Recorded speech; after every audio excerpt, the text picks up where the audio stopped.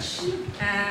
The next person I'm introducing is, to describe him, I would say, subtle and hard to identify in a crowd, and definitely not the gentleman wearing the rainbow suit to my left.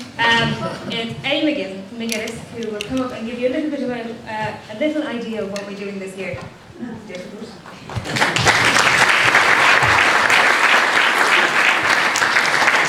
Good evening, ladies and gentlemen. It has been a great honour for my second year this year to be Pride Manager.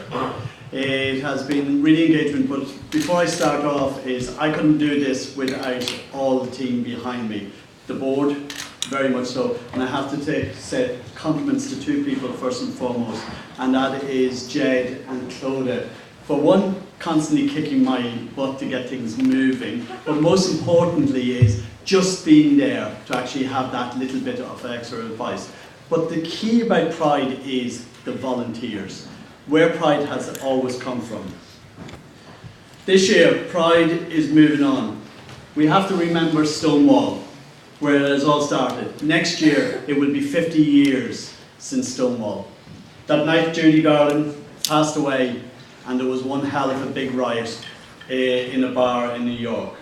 But Ireland had its own journey. And as we map out our journey right across, you can see more in our Pride Guide this year, which again I have to give compliments to this year to GCN for producing it on behalf of Dublin Pride. And we say very much thank you to Brian, Lisa and the crew there. Pride is about flags, it's about individuals, it's about a smile, it's about being frightened as well. Can I come out or can't I come out? But I think one thing about Pride, 25 years decriminalisation happened, and that week I came out to Dublin, my first ever Pride parade. I was still a bit shy, so I decided to get into a frock for the first, I think the last time in my life. But I'm not going to show a photograph, but I had great pleasure in one gentleman taking me out, and some of us in this room will remember Kylie O'Reilly, Junior Larkin. He was what I would call the youth movement, what started the influx and in a way the movement within the youth in Ireland in the early 90s. And he took me hand in hand along the streets for our first. There was only a couple of hundred of us that year in 93. They say about 1,000, and on the steps of Central Bank we decided to party with a plug-in speaker, and then somebody had to go and get another speaker with the batteries where we're charging up to make sure that we could say our speeches that day. But that gave us the momentum to keep going. And 25 years later, this year, and especially last year, we had over 30,000 people. We are now the biggest people parade in Ireland. And that is down to you.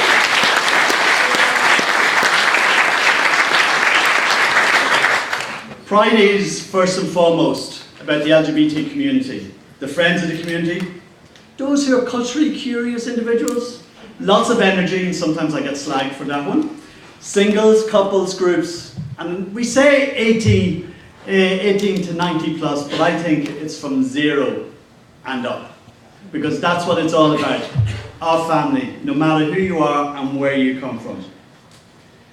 This year, our parade is on the 30th of June. But for once, we're going to really celebrate 10 days of a festival. You have your Pride Guide. We're going to be starting off on Wednesday night with an amazing art exhibition in Zosimus Gallery on Francis Street. We're moving along to the Pride Run, which I have to say, I have signed up for. I was meant to be doing the Couch to 5K, but didn't quite get around to it. But with that is, we're going to keep continuing. It is going to be a run. We have over 45 different events in those 10 days. So please check in on everything. And some of our key events, you've heard it earlier on, is a day in May, which is going to be 2 days on the 24th and 25th of June in the Olympia Theatre. And that's going to be an amazing event. But we lead right up to what we think is the biggest party in Ireland. For all of you who might know this is our route. We changed it last year, and yes, there was lots of controversy around it, but we have grown. And in a way, if you look at our route, it goes through the heart of the city, the liberties, the heart of the people of the cities, where the city came from. But it also connects north and south side of the city. We start at Stephen's Green, and we continue right across, right up through the Liberties, past the Ivy Trust, the first social housing in the world, right on down to Father Bridge, and on over to the north side to Smithfield, to one of the biggest parties ever. That just shows what Pride is. Flying our flag outside an amazing St. Patrick's Cathedral. Last year, 20,000 people came out. We're the second biggest parade other than St. Patrick's Day. And this year, 10 of us had the greatest honour to actually perform in St. Patrick's Day as a standalone group again this year, which I have to say was amazing to work on, and for all the volunteers who helped out with that. But also, last year, for the first time ever, our Taoiseach walked in the parade. And there is little rumours that he might be walking again this year. And we've invited not only him, but his family this year to come along. Well, he did walk hand in hand with his partner in New York earlier this year.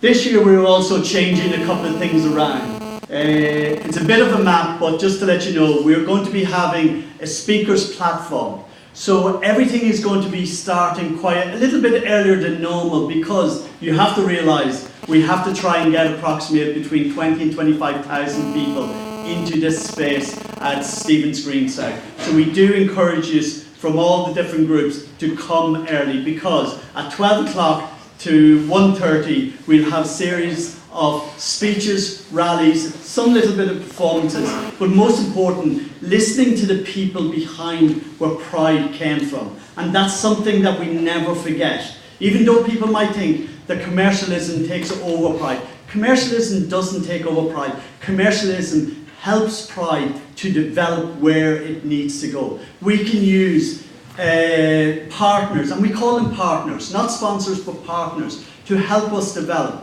We have to realise at the end of the day, it costs over €250,000 to put off Dublin Pride and above. To continue this journey, we need all the partners to help us do that. But we also have to remember the individuals. And I call it Clodagh, or our chair's platform, and Clodagh will have a series of special guests speaking from 12 o'clock until 1:30, and from 1:30 onwards we have to get ready to rally this city up like no other, with lots of colour, lots of vibrance, and to showing us that we are all one big family. And one specialty we had last year, which is our Pride bus. And I always have to say, get on board with Pride. And I love Dublin Bus's slagging last year, which was a ride with Pride. This year, they've actually, after a nice meeting, they've given us 2 of them. So there's buses going from north side to south side and back again. And hopefully over the next couple of years, I have put it in a little order of trying to encourage them to maybe get up to about 6 rainbow buses from all over the city. Now we just have to work on the Lewis and the train system and the buses, because we are, again, the biggest festival going. And it's down to you. That's, anyone missed Smithfield who couldn't get in that year? We are opening up the space a little bit more in Smithfield. We will have, you have to realise, in Smithfield, the community, the business association, the individual businesses, but most importantly, the locals have embraced it. Loved it so much last year that they actually invited us back this year, which was a good compliment to get. But most importantly is there will be vendors there. We also will have food. We'll have all our sponsors with their specialised stands. And of course, we will have our own play zone for the kids as well. I always look at Dill because she always gives me a nice good smile when I'm doing things. But most importantly, at the end of the day, it's about Pride. And this little slide just says what Pride's about. And we couldn't do this without the help of DCC. DCC has been one of the biggest long-term supporters. Local government has been a lot better, and I have to say it outright, than our national government.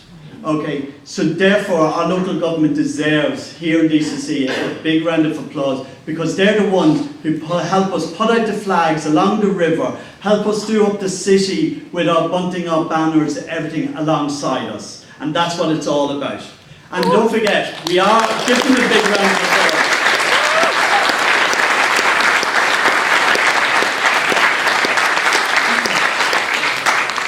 You will find us naturally this year on lots of our social media, but we need you to spread the word.